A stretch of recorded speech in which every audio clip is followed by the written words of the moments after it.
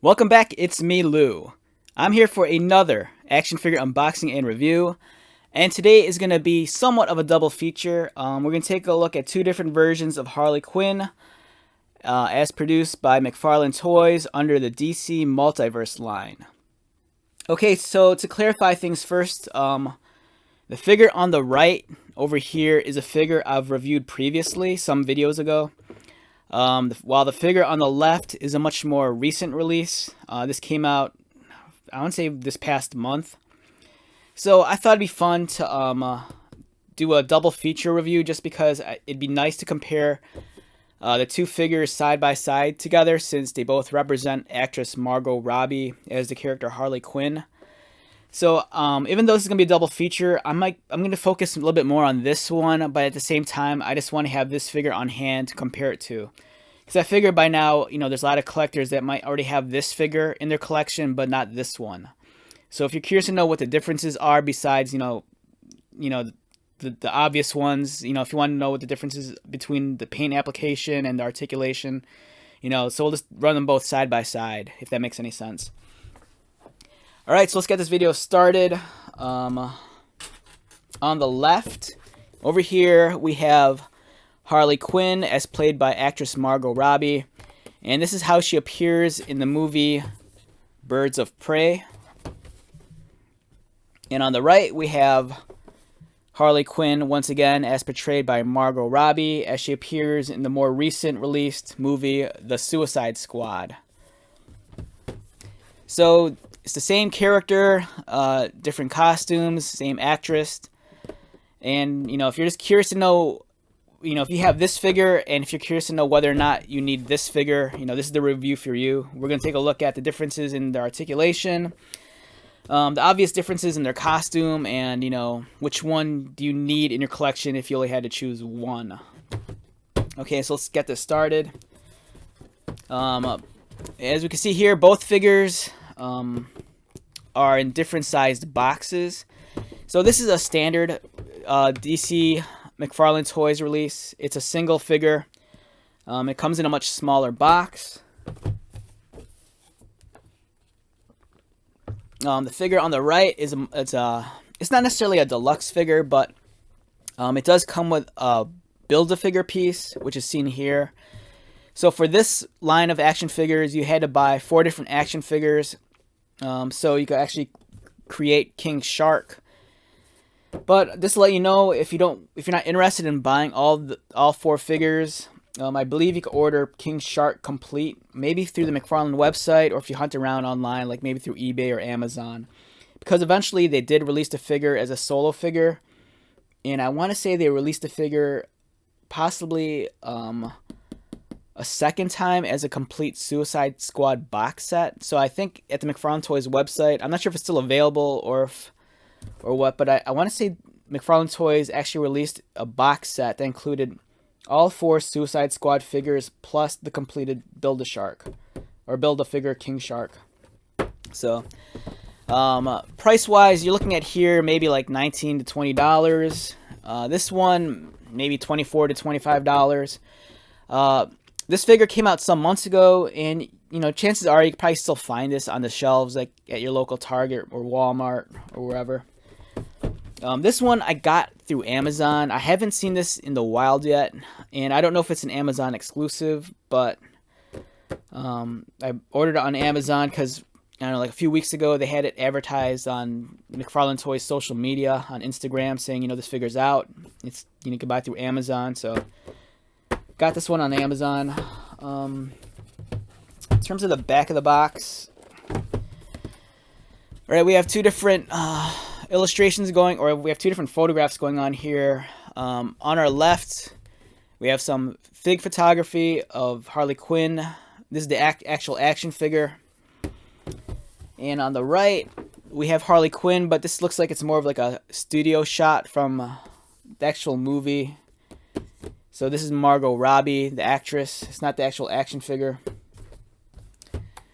Over here, this lists the current figures that are out. We have Batman, the McFarlane designed Wonder Woman. We have Etrigan the Demon, King Shazam, and I believe this is Blight. So there's a Blight from Batman Beyond.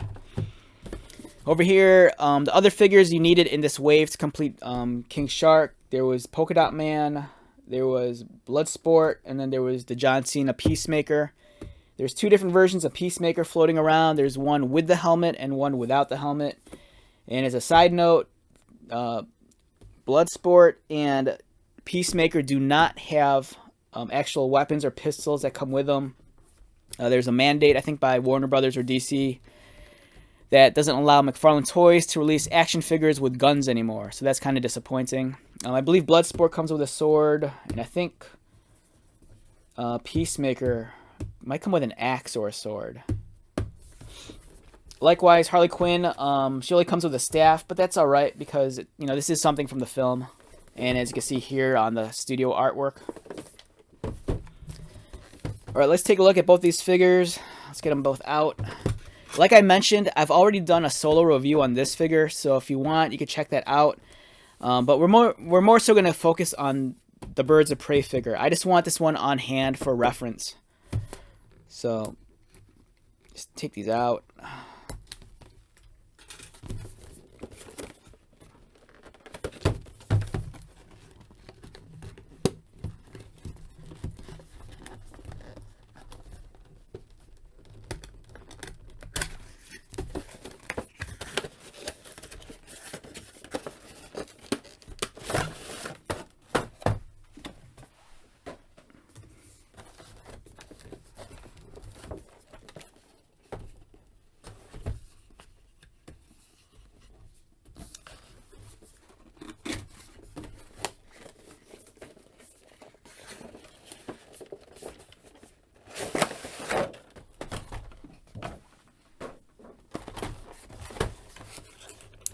Okay, so first impressions of both figures while they're still in their tray. Awesome.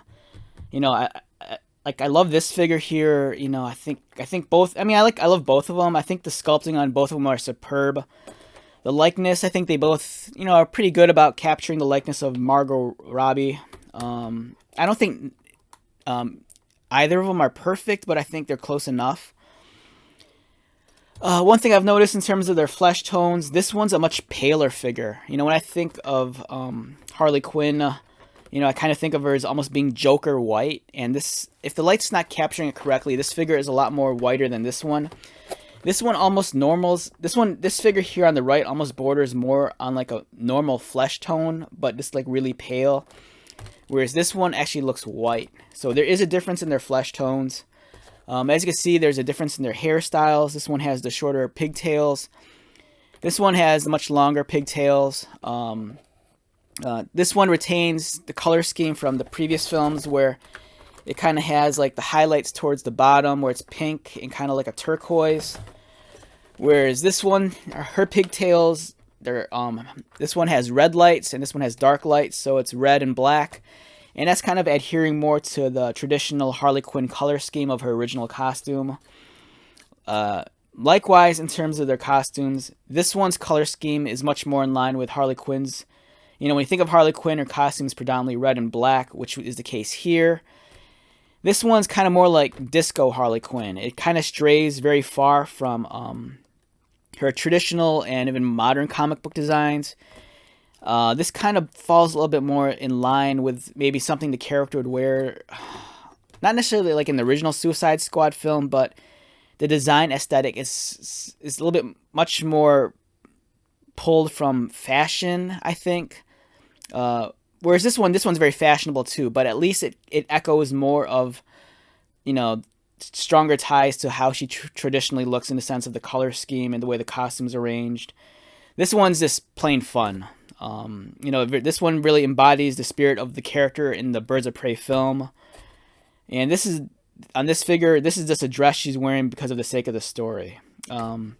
If you've seen the new Suicide Squad film, during the opening of the film, Harley Quinn's wearing a very video game-like uniform. It looks like it's something that was pulled out of the Arkham City, Arkham Knight video games. And I like that one a lot. I'm really hoping that we get an action figure based on that design. This is something she wears much later in the film, maybe like halfway through. So yeah, both different costumes, slightly different flesh tones. As I stated earlier, this one falls more in line when I think of Harley Quinn, or at least the film version. This one's a lot paler, whereas this one it's almost like a normal flesh tone, but it's just very light.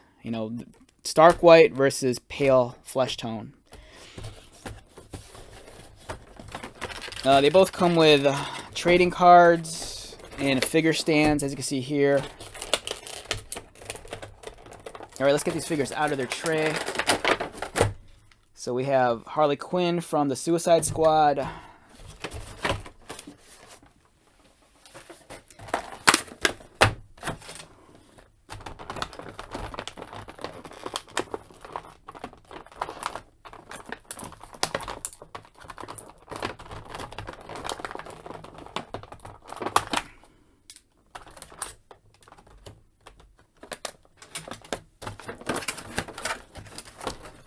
Real quick, also in terms of accessories, because I might forget or I might not remove them during this review. This one comes with Harley Quinn's mallet, which is awesome. And it looks like she comes with a sandwich. I believe it's a sandwich. Yeah, she comes with a sandwich, which is a fun accessory. Kind of small, so... I do like the mallet a lot, though. A mallet's kind of like a weapon that's kind of associated with Harley Quinn to begin with, so it's nice that she still retains that.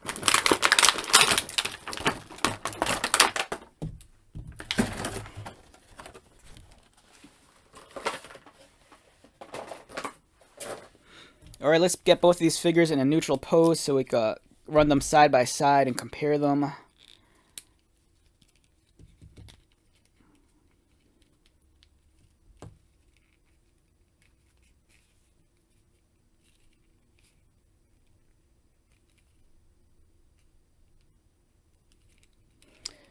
Alright, I'm kind of running into an issue here.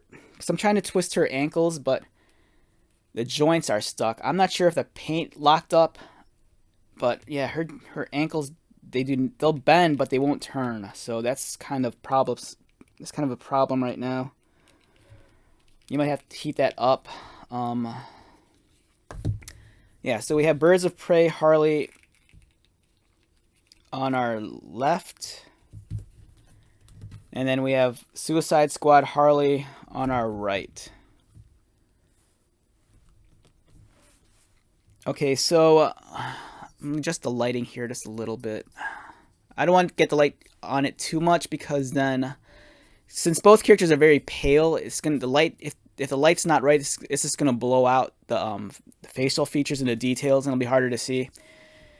All right, so we have two figures here, both representing actress Margot Robbie. Size-wise, let's measure this one first.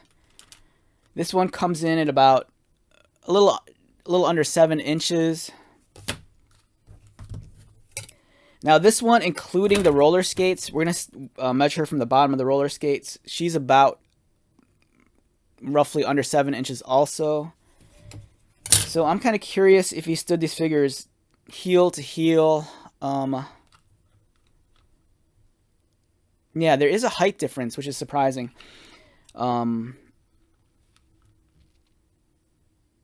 Yeah, this one's taller. Even though this one's wearing roller skates, I mean, if you were to stand them like up, not starting from the bottom of the roller skates, but if you started measuring them from the bottom of the sole of their foot,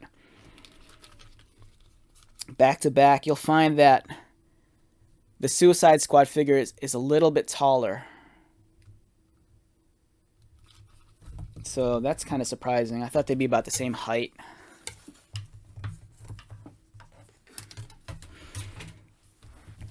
Okay, so in terms of the sculpting, as we see here, both faces are really well done.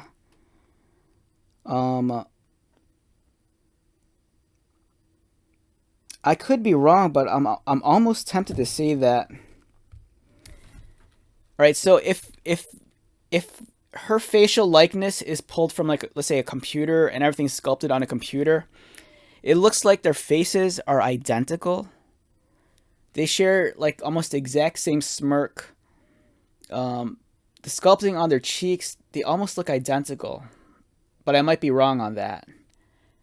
Either way, they both resemble Margot Robbie pretty close, and their facial features are about proportioned the same, so it's not like they're drastically different. I kind of wish my camera caught this better, but as I'm handling both the figures, there is a distinct difference in their flesh tones. Like I stated earlier, this figure, her flesh tone is just white, whereas this one, her flesh tone is, it's almost like a real flesh tone. It's just a little bit pale. So this looks like a girl that's just kind of like staying out of the sun, whereas this one looks like she was born underground and has never seen the light of day at all. That's the difference in their flesh tones. The sculpting of their hair, both really well done. As I stated earlier, this one has the shorter pigtails, longer hair here. They both have the tattoo of the heart under their eye. This one's a little bit higher than that one. This one has the rotten tattoo on her lower cheek. This one does not. This one has a much more punchier shade of red in her lipstick, where this one's a little bit a deeper red. In terms of their sculpting, they both share, it looks like the same bust size, which would make sense. You'll notice the difference in their arm tattoos. This one, the tattoo on the shoulders looks a little bit smaller, darker color. Once you get to their forearms, the tattoos are a little bit different in their design and different in their placement also. I believe their hands might be identical. So I believe their hands are reused. Their arms are not reused. They look a little bit different. This arm looks a little bit longer. This one looks a little bit shorter and a little bit thicker. Plus she has the ribbon tied around her bicep.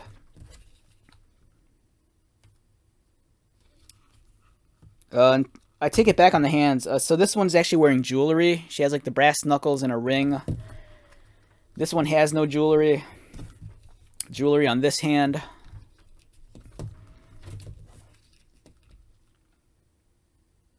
Okay. This one has jewelry sculpted underneath her neck, above her chest.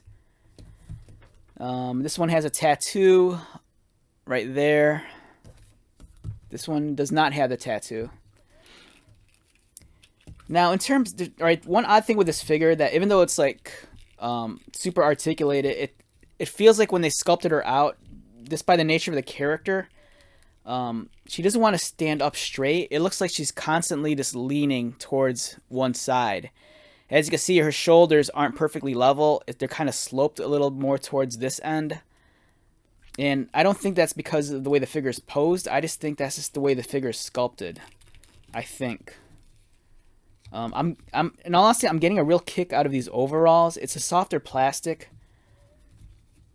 And I wonder if I could like kind of remove this just so we can see some of the articulation underneath.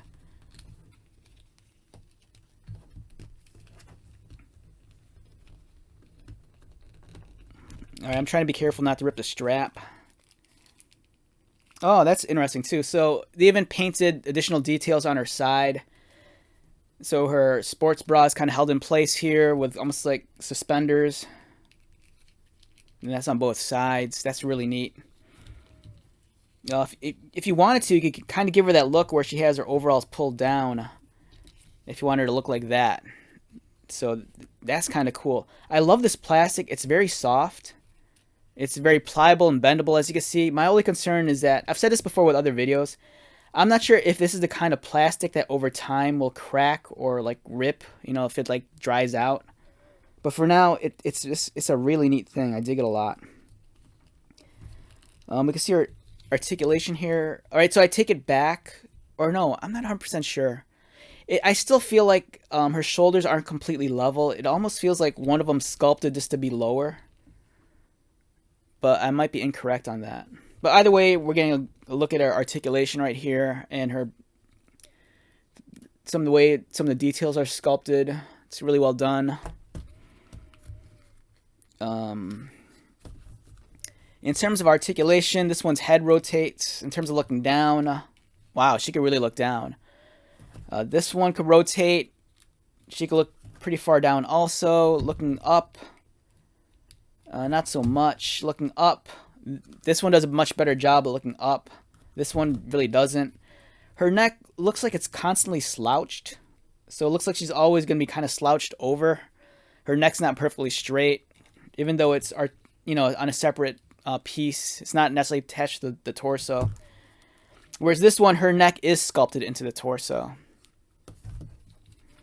They both feature that McFarlane kind of like socket butterfly joint. This one doesn't provide that much extra range of motion. I believe this one does. Yeah, so you're getting a lot more motion with the butterfly socket here.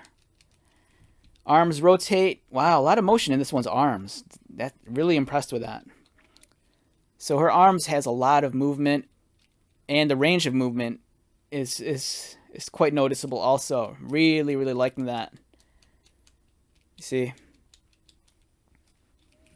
This one, it doesn't do as much, even though they share the similar engineering. It's just that the way it's sculpted, it doesn't allow for that extended range of motion. Ab crunch, this girl could kind of move forward a little. This one, not so much, because I don't think she has that. This one, arching back. You're looking at this. This one doesn't really arch back. In terms of leg articulation, this one kicks forward about this much. This one, we'll kick her out from the shorter part of the skirt. Not so much. The skirt's kind of this harder plastic, kind of like prevents it. This one could kick out about like that. She could almost get the full splits. This one, not so much because of the skirt. They both have double jointed knees. You can see both pins. Much larger pins here. The pins here are a lot smaller. And they blend a little bit better with the overalls, whereas this one, they kind of stick out like a sore thumb. This one has a boot. No boot cut, but does have ankle articulation. You can rotate, standard, up and down. This one, like I pointed out earlier, my ankles do not want to rotate. It does have it. I mean, the way they design it could, but I'm guessing the paint might have seized up. So they're kind of like glued into place. I don't want to force it. But at least I still have articulation like this. If I heat up the leg, I might be able to remove the socket and reset it. Maybe get movement out of it again. But right now, they don't want to twist. I don't want to force it either. It's just stuck. I do like the roller skates a lot. It's a fun detail. And it's nice that they pulled the design down so that the axle or the truck goes all the way down so it reaches the floor, so it gives it more surface area for it to stand on. So I don't think you're going to have any issues with this figure standing. Well, right now I am. So, but that's why we have figure stands. So, all right, let's get the overalls back on her. One of the reasons why I wanted this figure is that I was kind of curious about how they did the overalls, because I don't know, action figure engineering kind of fascinates me, like the way they figure things out and make things work. And for me, I was just kind of curious if this was like a softer plastic, or if it was like a solid sculpt. And I'm very, very pleasantly surprised by how they handled it. I think they did it really well.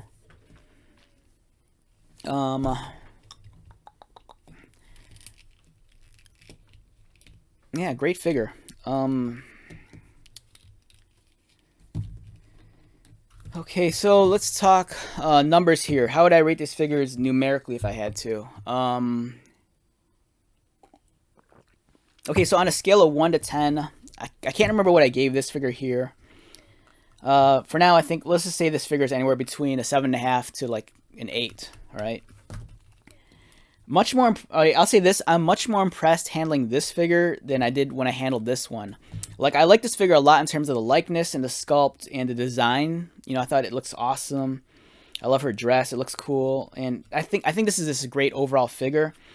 But in terms of like, looking at this figure in terms of like the way it's engineered and, aesthetically, I think it's really cool. And to be honest, I hated this movie. I thought the movie was just very, very okay. Birds of Prey. You know, this, I don't know, I wasn't too keen on it. It was all right. I mean, I was able to sit through the whole thing, and you know, not not to say this thing sucks and just leave. So I thought it was all right. It wasn't the greatest thing in the world, but I did enjoy, like, you know, the art direction and the stuff they did in terms of her costumes. And this one in particular, I think it looks great. And it's like I mentioned, I was just really curious about the way this figure was engineered. You know, there's some cool stuff going on. Like, I love the fact that she has that butterfly ball socket that so many McFarlane figures have. But this one just does a great job of actually utilizing it. You know, it does allow for that extra range of motion. You know, a lot of times we do get this, but it doesn't do a whole lot, like in the sense of this figure. But this one, it's cool. It does everything it's supposed to do, you know, with that additional socket. And I love the overalls because it's this soft, rubbly plastic, but they don't compromise the detail. And the sculpting is still really crisp on here. So she has a nice texture throughout her disco uniform. And the shade of gold they do, it's really reflective. It looks awesome. It really captures the light beautifully. So yeah, I think it's a great figure. Now, if you had to ask me if I could only have one of these figures in my collection, I'd easily take this one. For me, even though this deviates very far from the Harley Quinn, you know, traditional design, I think it's a lot more fun. It's a lot more eye-catching. It's a lot more posable. And I love that it comes with a mallet. This one's great, but this is very specific, you know, to a scene in the movie. And not that it's a bad thing, but I don't know. I like my Harley Quinn looking fun. And this one definitely looks a lot more fun. So yeah, both great figures all around. But I think it's going to fall down to personal preference if you had to choose one. Oh, excuse me. Just kind of losing my voice a little. So yeah, both great figures. I don't know. If you're a McFarlane fan, toy fan to begin with, I could picture you just getting both. But you know, for some of you, if you only need one Harley Quinn right now, I'd go for this one, unless you just want to play the waiting game and just see what McFarlane gives us down the road. Because there's so many different looks for Harley Quinn. You know, whether it's the comic books or the movies or the video games. And I'm sure they're going to give us a little bit of everything. You know, besides these two figures, I want to say the only other Harley Quinn figure is the one based off of the Batman animated series. And that's a nice figure also. But for this review, I just wanted to review the Margot Robbie versions. Alright, let's wrap this video up. Once again, my name is Lou. Thank you so much for checking out this video. If you're new to my channel, welcome. If you are a returning subscriber or viewer, thank you so much for your continued likes, comments, and support. I greatly appreciate it. So, until the next video, be safe, take care of yourself, and most importantly, be happy and buy lots of toys, and I'll talk to you at the next one. Alright, later.